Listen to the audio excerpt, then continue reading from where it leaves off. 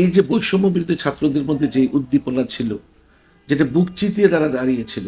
এখন আগে তো নাগরিক কমিটির নাম খুব একটা শুনিনি। তো এটা হঠাৎ করে একটা কমিটি তৈরি হয়েছে, একটা সংগঠন তৈরি হয়েছে। এরা কতটুকু বিপ্লবের চেতনাকে ধারণ করে আমি জানি না। কিন্তু নাগরিক কমিটির তখন তো কোনো অস্তিত্ব শুনিনি। তো আমার মনে হয় যে এটা তো একটা সংঘাত সংঘর্ষ হবেই। কারণ তারা তো একটা নতুন ধরনের চিন্তা নিয়ে আসছে এবং তারা কোন শ্রেণী থেকে এসেছে, কাদের থেকে এসে এখনো বলা যাচ্ছে না। সুতরাং এদের সঙ্গে আমার মনে হয় ২ টি সংগঠন মিলবে না। এটি বাস্তবতা। নতুন যে ভাইরাসটি সম্প্রতি বাংলাদেশে ঢুকেছে, HMP, আপনি একজন স্বাস্থ্যকর্মী হিসেবে আপনার মত কি? ধন্যবাদ জনাব আলী। আসলে একটা করোনার বিশাল প্রকোপ সারা বিশ্বে আমরা দেখলাম।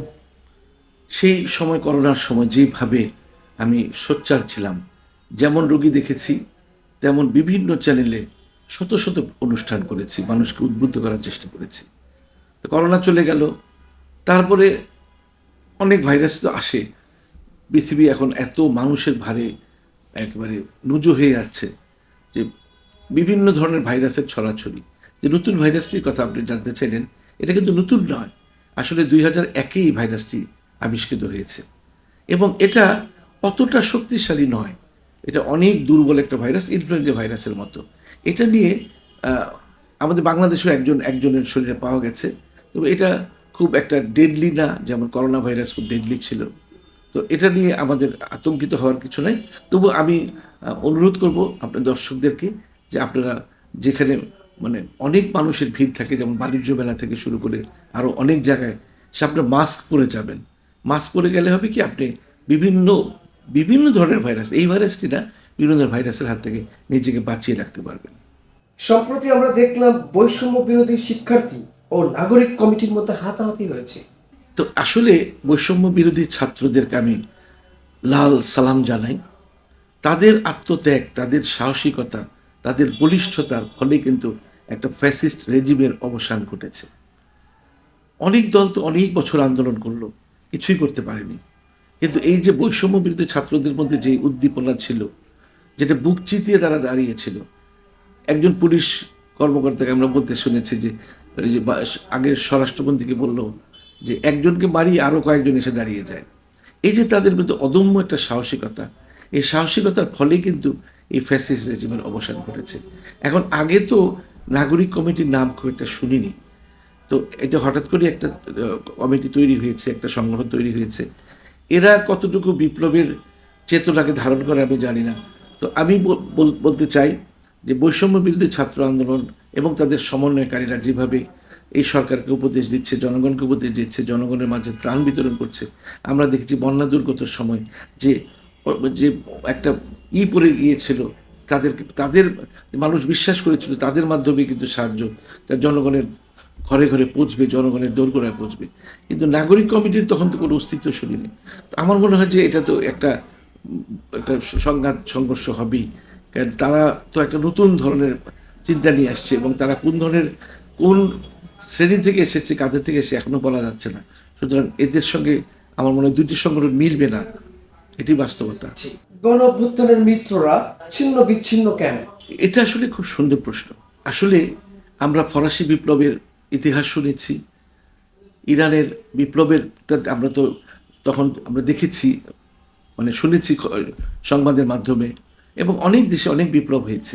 বিপ্লবের পরে হয় কি, এত বড় একটা গণ অভ্যুত্থানের পরে হয়, যেটা ইরানে দেখেছি, আফগানিস্তানে দেখেছি, আমরা শাহনশাহর সময়, ইরানের শাহনশাহর সময় দেখেছি যে এই যে ফ্যাসিস্ট সরকার এবং তার দোসরদের সবাইকে কিন্তু হত্যা করা হয়, এদের নির্মূল করে দেওয়া হয়।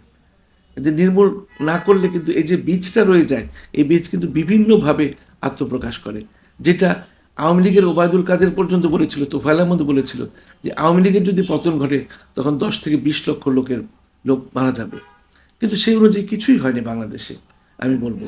তো এখন যেগুলো এই যে ফ্যাসিস্ট রেজিমের যে দোসররা রয়ে গেছে, বিভিন্নভাবে লুকিয়ে আছে তারা, বিভিন্নভাবে তারা কিন্তু একটা মানে সবার মধ্যে একটা ঐক্যের ভাঙন সৃষ্টি করছে। এই যে ঐক্যের ভাঙন সৃষ্টি করার জন্য এই বিপ্লবী ছাত্রদের মধ্যে কিন্তু একটা বিভিন্ন বিভাদ সৃষ্টি হয়েছে, বিভিন্ন একটা বিভিন্ন মেরুকরণের সৃষ্টি হয়ে যাচ্ছে। আমার এটা এখনই থামানো উচিত। আর ইউনূস সাহেবের মতো প্রজ্ঞাবান একজন ব্যক্তি, একজন নেতা, বিশ্ববরেণ্য একজন নেতা, উনি পারেন এদের এই বিরোধগুলিকে মিটিয়ে দিতে। কারণ এদের বিরোধ মিটালে এই যে অনৈক্যের বীজ যদি বাড়তে থাকে, তাহলে কিন্তু বিভিন্ন ধরনের কোন্দল সৃষ্টি হবে, যেটা আমরা একদমই চাই না। আমরা চাই ঐক্যবদ্ধ একটা বিপ্লবী তরুণ সমাজ থাকুক, যারা দেশকে পুনর্গঠন করবে, দেশকে এগিয়ে নিয়ে যাবে। কারণ ওই ওল্ড হ্যাকারদের নিয়ে আমাদের কিছুতেই এগোনো সম্ভব না। তারা হয়তো অনেক মানে বুদ্ধি রাখে, বিবেচনা রাখে, কিন্তু তারা এখনকার পৃথিবী, বর্তমান পৃথিবী যেভাবে এগিয়ে যাচ্ছে, তারা সেই ধারণার সাথে তারা মিলাতে পারছে না নিজেদেরকে। শুল্ক কর বৃদ্ধি করে সংবাদ সম্মেলন করে বললেন প্রধান উপদেষ্টা সচিব, জনগণের উপর কোনো প্রভাব পড়বে না। আপনি কি বলবেন? আসলে শেখ হাসিনা তো রাজকোষ শূন্য করে দিয়ে গেছে। টাকার প্রয়োজন আছে অনেক, কারণ টাকা তো নেই। আমাদের প্রচুর ঋণ করে গেছে শেখ হাসিনা। চীন থেকে বলুন, অনেক দেশ থেকে বলুন, ঋণ করেছে। এগুলো তো দিতে হবে, টাকা তো প্রয়োজন আছে।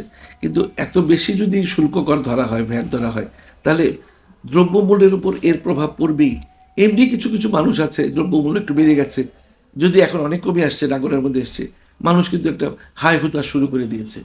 আসলে এটা আরও চিন্তা ভাবনা করে শুল্ক করটা বসানো উচিত ছিল, যাতে মানুষের উপর কোনো এর প্রভাব না পড়ে, দ্রব্যমূল্যের উপর প্রভাব না পড়ে।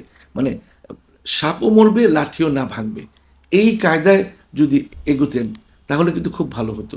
কারণ শুল্ক কর তো বসাতেই হবে, কিন্তু এমন এমন জিনিসের উপর বসানো হয়ে যাচ্ছে যে উনি ওই ভদ্রলোক না বললেও আমরা দেখব যে দ্রব্যমূল্যের উপরে এর প্রভাব পড়বে। দ্রব্যমূল্যের উপর প্রভাব পড়া মানে কিন্তু জনজীবনের উপর প্রভাব পড়া। আর এখন আমাদের মানুষের দুটো দাবি, একটা হচ্ছে দ্রব্যমূল্য কমাতে হবে, আরেকটা হচ্ছে যে আইন শৃঙ্খলা পরিস্থিতির উন্নতি করতে হবে। এই দুটো দাবি যদি অন্তর্বর্তী সরকার যদি পূরণ করতে পারেন, তাহলে কিন্তু মানুষের আর কোনো ক্ষোভ থাকবে না। মানুষ বলে আপনারাই তো আছেন, ভালো আছেন। এই দুটো আমার মনে হয় যে যেটা উনি বলেছেন এটা ঠিক নয়, দ্রব্যমূল্যের উপর প্রভাব পড়বে। এটা আরও চিন্তা ভাবনা করে এই জিনিসটা সমন্বয় করতে হবে মনে করি।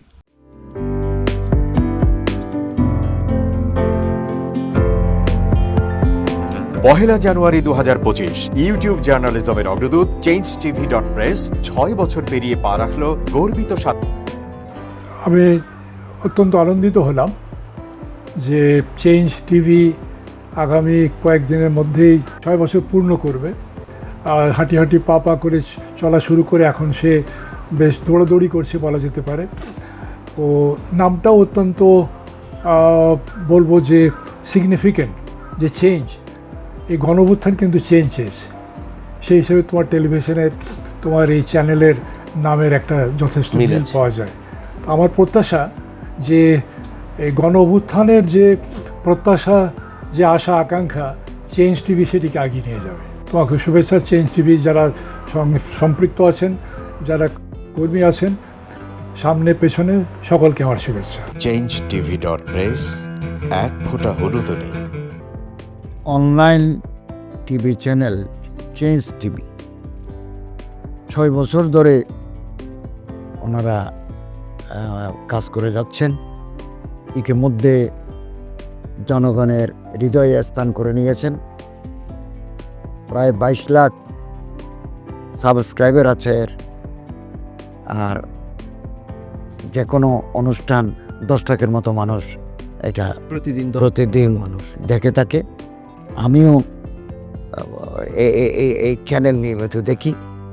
তো চেঞ্জ টিভির পক্ষে আমির মোমিনুল মানিক সাহেবের উপস্থাপনা, প্রশ্নের ধরন, এগুলো জনগণ দেখতে চায়, শুনতে চায়। আমি চেঞ্জ টিভির উত্তরোত্তর সমৃদ্ধি কামনা করছি। changetv.press এক ফোঁটা হলুদ নেই। চেঞ্জ টিভি, তো আমি তাদেরকে আমার অসংখ্য শুভেচ্ছা জানাচ্ছি, কারণ তারা যে ভূমিকা রেখেছে এই সময়, একটা কঠিন সময় ছিল, সেটা যেমন ভূমিকা রেখেছে, এমনকি 5ই আগস্টের পরে নতুন বাংলাদেশেও তারা তাদের সেই তীক্ষ্ণ একটা সমালোচনামূলক এবং যেটাকে আমি গঠনমূলক বলবো সেরকম একটা ভূমিকা রাখছেন। তো সেক্ষেত্রে আমরা মনে করি যে এই ভূমিকা আমাদের দরকার। আমরা চাই এটা থাকুক এবং আরও যেন সমৃদ্ধ হয়। নতুন বাংলাদেশ নির্মাণে আমরা চাই যে চেঞ্জ টিভি যে সমালোচনাগুলো করছে বা যেগুলো আমরা তুলে ধরছেন সেটা এমন করে করবেন যেন আমরা সেখান থেকে শিখতে পারি এবং সবাই মিলে যেন আমরা নতুন বাংলাদেশকে সত্যিকার অর্থে বৈষম্য বিহীন একটা সমাজ গড়ে তুলতে পারি, সেটা আপনারা সহজ চেষ্টা করুন।